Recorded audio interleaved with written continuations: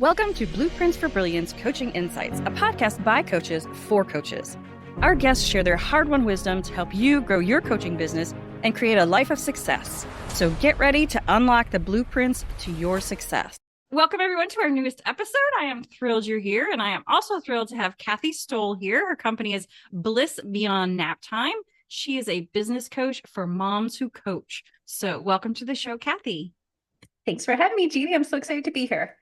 So tell us a little bit about how you became a business coach for moms who coach. That's very specific. It's very specific.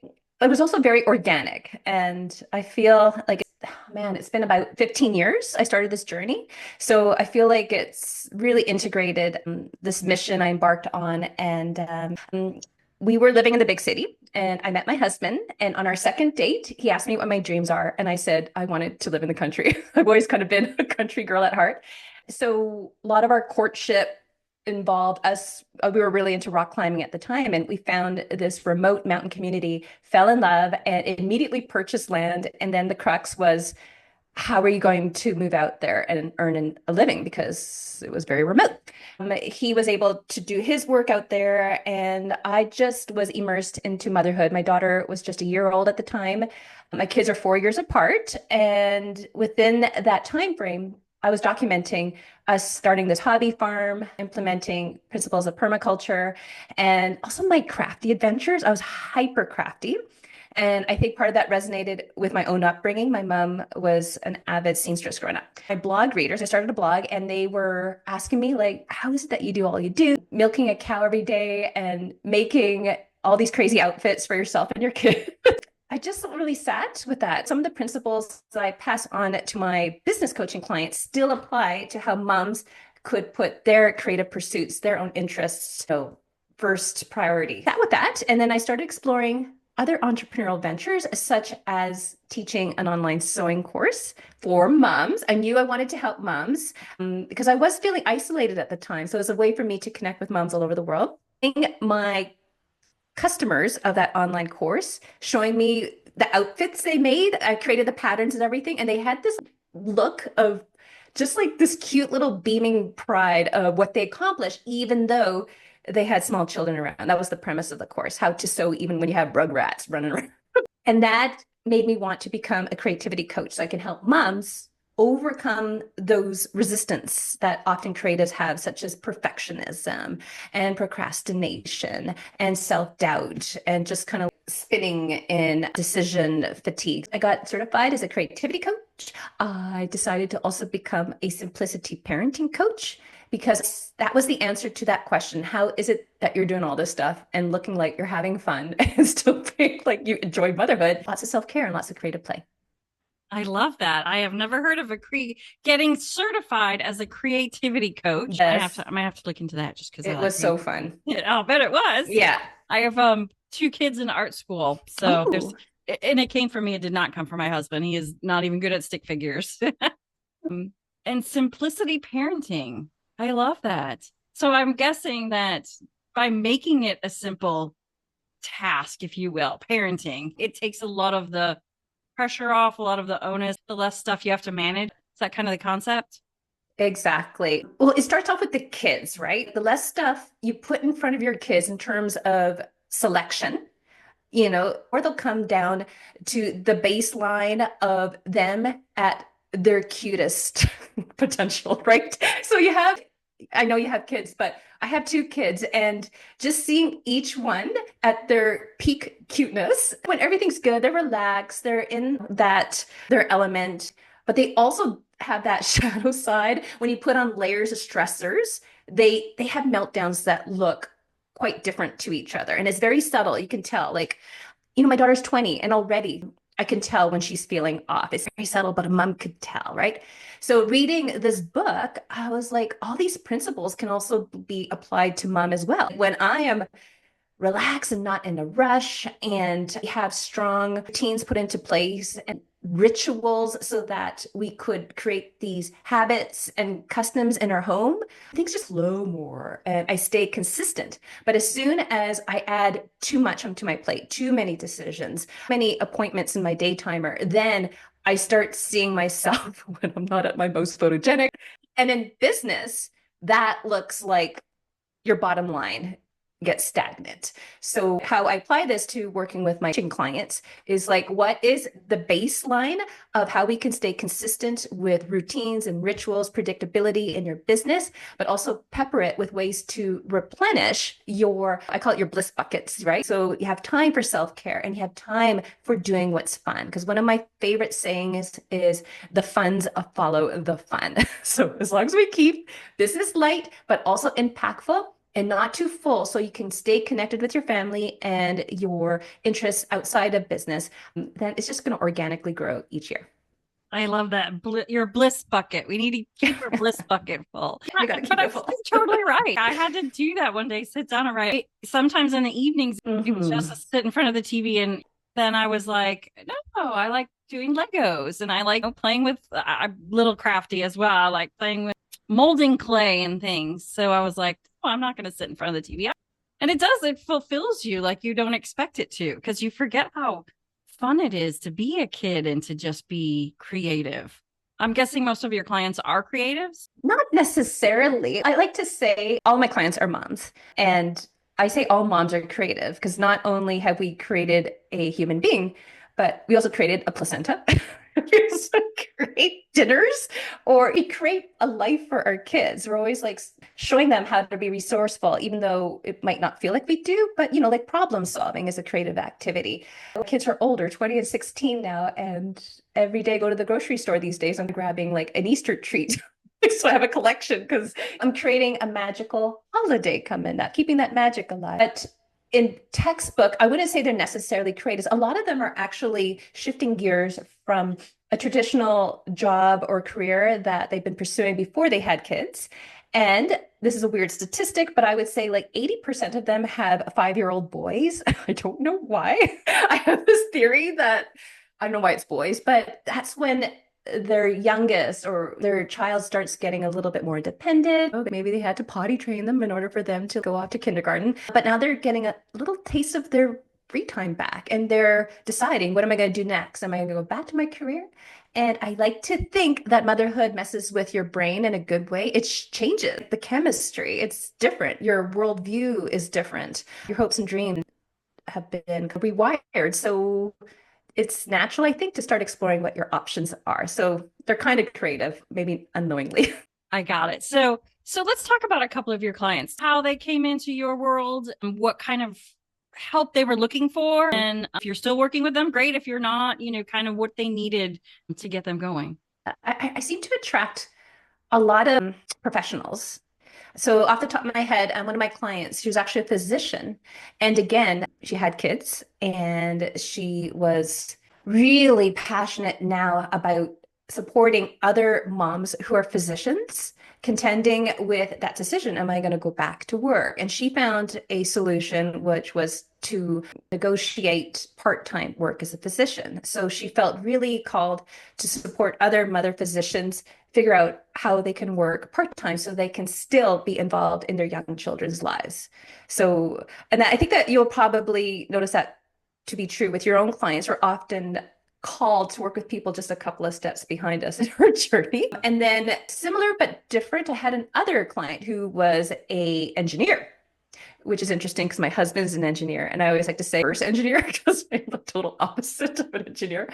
But she was like, I want to become a coach for moms. She was very passionate about that. So again, it's almost like, who was I talking to? Oh, I was speaking to my daughter's coworker, and she was saying how she came out of university, like helping fish conservatory.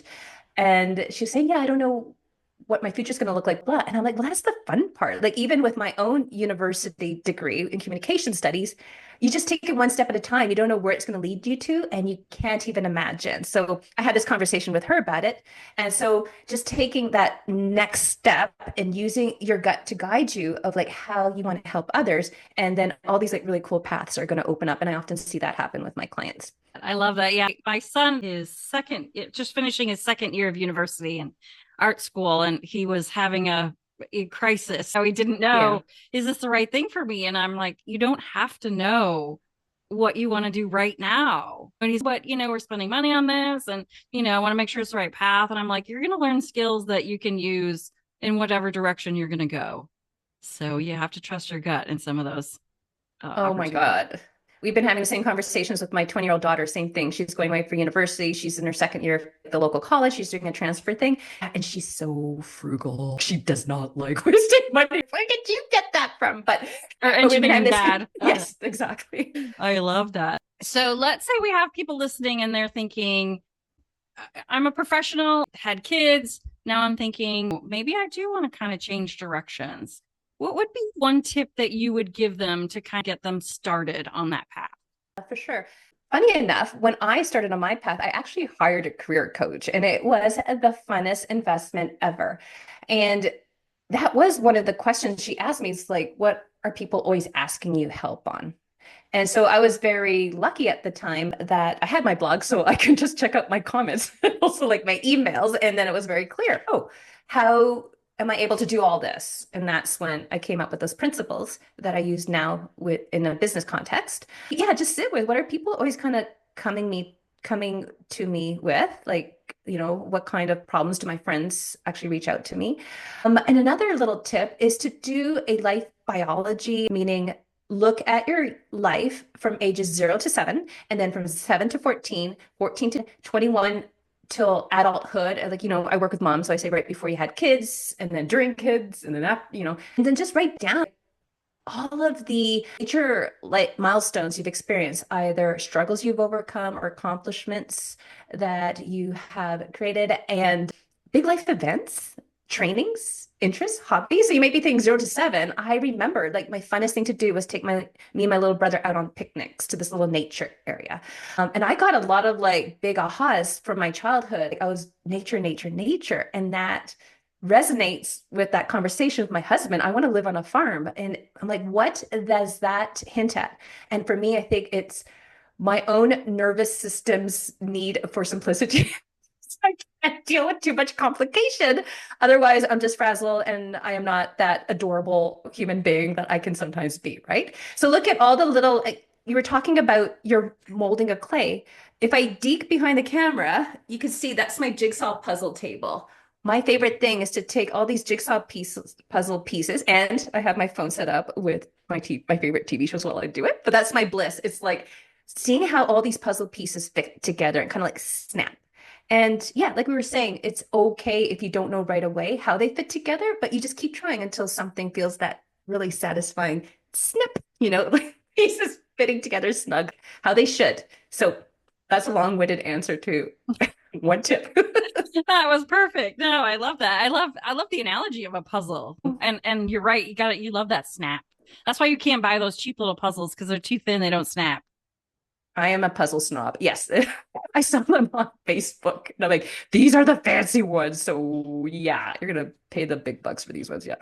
What do you create them on? Do you put them on like a push pin board? Oh. It's a drafting table I got from an old neighbor. So I'm able to stand, but also have like a little high chair for mama, like a stool. So that I love that. And I love that, we all do need to remember to have some fun and just do simple things that we enjoy. But those are great suggestions for people.